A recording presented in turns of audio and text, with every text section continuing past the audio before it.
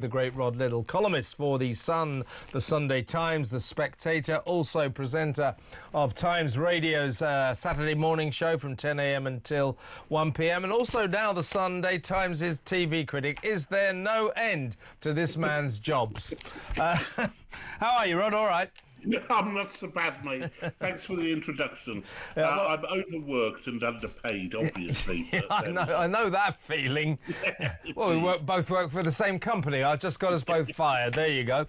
Right, let's talk about this government. I broached this subject last night, and I do think, you know, I don't want to sort of expect too much of this government, but don't you feel that, you know, on the brink of world war, Israel and Iran bombing the hell out of each other, and the extraordinary development of Donald Trump involving America in the bombing of Iran, you know, notwithstanding what you feel about any of that, don't you think that the people of Britain have a right to know where their government stands on this? Do they think it's legal? They won't say that. Do they support Donald Trump in what he did? They won't say that. I mean, this is the moment where this government, I believe, has just spilled into a kind of absurdity. They won't tell us where they stand on this extraordinary international development in the Middle East. What is going on with these people? Now, look, Kev, call me a spavined liberal gibbon, if you will. I have some sympathy with Starmer on this, and it stems from the fact that I think he's handled Donald Trump rather well. I'm not talking about Lammy. Lammy is a moron, and it is a blight upon the government, and it is shameful that he is our Foreign Secretary, because this is a man with the IQ of a faulty Indesit fridge freezer, you know. I mean, but Starmer has worked quite well with Trump in that he basically hasn't reacted to anything Trump's done. Yeah, I'll give him that. I agree with that. You've got to be careful with it, Donald, and you have got to be careful. Yeah, and at the moment, quite clearly, but the USA and Israel and Iran think that Europe is of no importance whatsoever in this burgeoning Third World War. Perhaps we might become important at some point in the future when one of these countries has to store weapons here or something. But we are of no importance whatsoever. Israel is called us an unreliable ally. Donald Trump has said Iran wants to talk to us, doesn't want to talk to Europe. Why would anyone want to talk to? Can you imagine? No, I really think we should talk to Emmanuel Macron about this. I mean, it's just. He's ruled it illegal, by the way. He's ruled the whole bombing rate. It's illegal according to Paris. Thank you, Emmanuel. This is all very beneficial for Starmer. It keeps him out of what is a controversial raid if you're a moron, but also keeps the left of his party at bay. The left of his party probably thinks we should be bombing Israel instead. That's true. You know, as does David Lammy, if you ask me. Well, as does David Lammy. Well, David Lammy doesn't know where Israel is. He doesn't know where Iran is. He has no clue about anything which is going on. The man is a plank of wood. But there we are. Well, the thing is, though, it does seem to me, I mean, I take your point. I just feel that, well, Lammy in particular has made a complete fool of himself over the past 2 days. But Starmer too. I mean, it's not too much to ask, is it? Do you support, or does Britain support, what Donald Trump did at the weekend, lining up with Israel, or not? Is it that much to ask? Yes, but because it then is it? It then begs further questions. You see, I am entirely on board with what the US and Israel have done to get rid of Iran's nuclear threat. Yeah, entirely. I am not with them on the idea of regime change, because what happens with regime change, it's a very nebulous affair, and what almost always happens in the Middle East is that you end up with a government far worse than the one that was originally. Yeah. So I don't have much time for that. In a way, it's quite useful for Starmer to be standing back. But yes, I think he should have said, and he's kind of hinted at it, that we do not want an Iran with nuclear weapons. It follows from that clearly they were trying to procure nuclear weapons, albeit fairly primitive nuclear weapons. Otherwise, they wouldn't need to be, enriching uranium up to 20-30% and even 60%, which is what we've heard. Yeah. So that would have been good if you could have been clear about that. But you never know what way Trump is going to go, and if Trump is of a mind to go for regime change, which I think would be a betrayal of almost everything Trump said over the last 8 years about foreign affairs, and I very much hope he doesn't do it, then I think we're best out of it, frankly. I think Netanyahu's mistake here is to kind of assume that if they bomb the hell out of Tehran, of Iran generally, that the regime will fall because the people will sort of just rise up organically. No. Well, but you cannot bet on that. That is a ludicrously long shot to bank on. That is the problem, and I agree with you. Let's not talk about regime change. And when Donald Trump started going down that road, I think he's made a mistake. Actually, I think the best outcome here was Israel carry on bombing the hell out of them till there's nothing left of them. But that old git, the Ayatollah, 86 years old and on his last legs, continues to be the quotes supreme close quotes leader, but he's as weak as hell. That's probably the best outcome. But I still think underlying this is this fear that Starmer's reticence here to sort of get involved and say where we stand. I think he should say we support what Donald Trump did, but he won't. But that yes, he should say that. You're absolutely right. He should at least say that. Yeah, and here's the reason why I think he doesn't, and this is what worries me.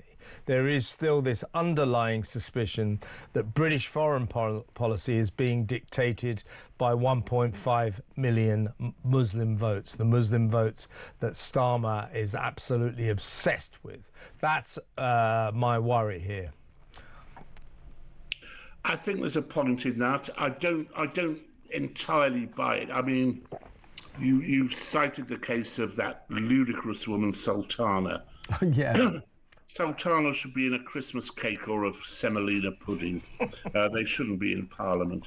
She has been an embarrassment to the Labour Party and to the government ever since she first achieved high office. She's appalling. I think Starmer is probably more worried about the reaction of the various people in his party who believe that Israel is the fount of all evil and that there's no other evil going on anywhere in the world. This really is the cretinous level of intelligence that people like Lammy and those like him have. And I think he's trying to keep that a bit quiet. But further than that, I don't know. He was right about Palestine action.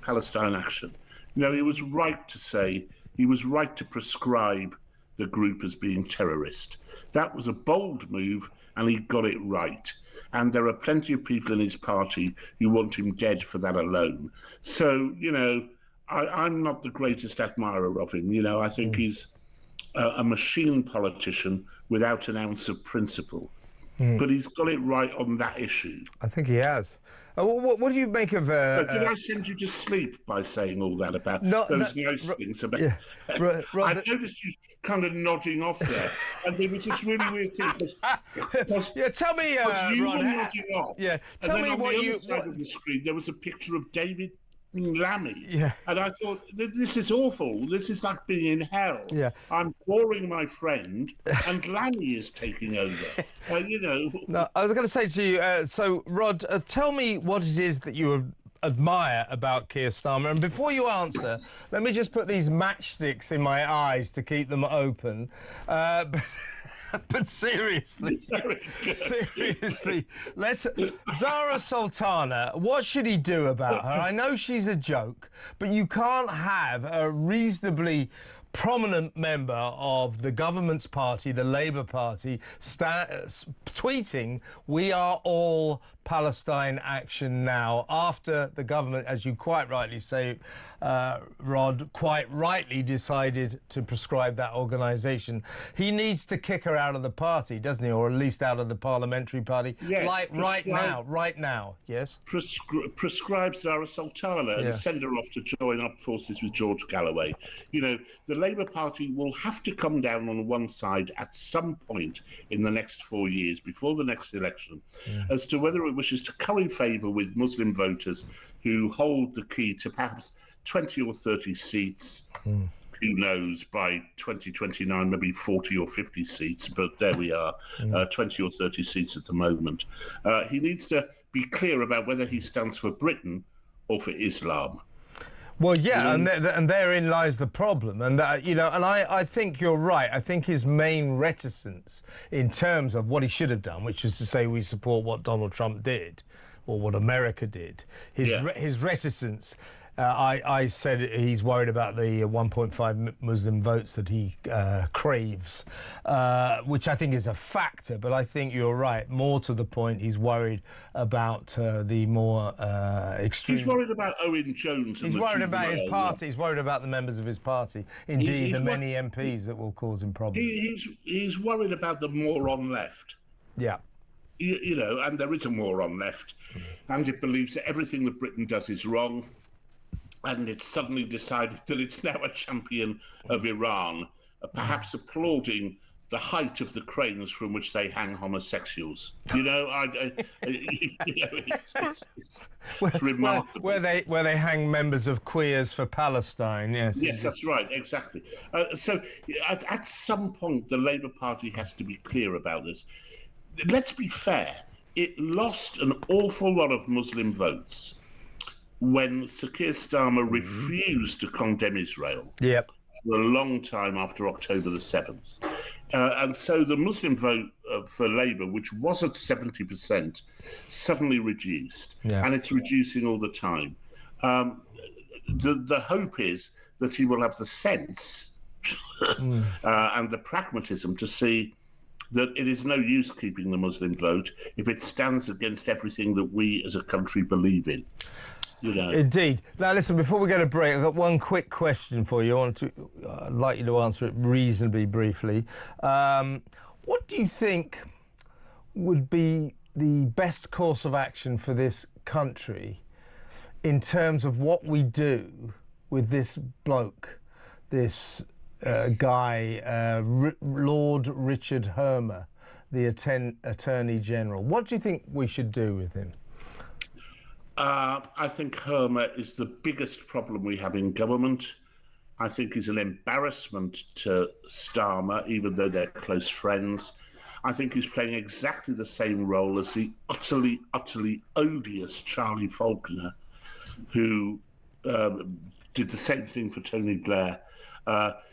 It's all about rule by lawyers, and I would prefer it if Hermer was shifted off to a solicitor's office somewhere in Oswestry, where he was charged with looking at planning disputes. I think he is an abomination, and easily worse than Ed Miliband. Easily the worst. The worst. The most dangerous member of the government. Yeah. In this government. I'll tell you what I'd do. I'd give him generously. I'd give him a mud hut in the Chagos Islands and a fishing boat, so he could earn a living. So he can get, if he wants to give the islands away, he can go and live there. Yes, but I would do that only if we could then sell that particular little island to North Korea. Exactly. Well, he'd like that. He'd like that. You know, I've got to go to break, but this is what these people, I mean, I think Starmer's like this as well.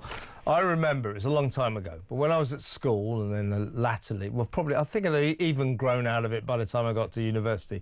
I remember being at school going, yeah, Britain thinks it's an empire. It's useless now and it's weak and we're all pretend living on our past glories. It's pathetic. It's pathetic. We're weak and we're useless now. That's what these people are still like. That's what Hermer is still like. He needs to grow. No, it's worse. It's worse. He doesn't believe in democracy. He believes in lawyers. Yes, that's right. You know, that's the problem. Yeah. That's the problem with Hermer. Yeah, that's what Richard Littlejohn says about Keir Starmer, Sir Keir as he calls him. The problem with Sir Keir is that he's a complete and utter total lawyer, and that's about sums these people up.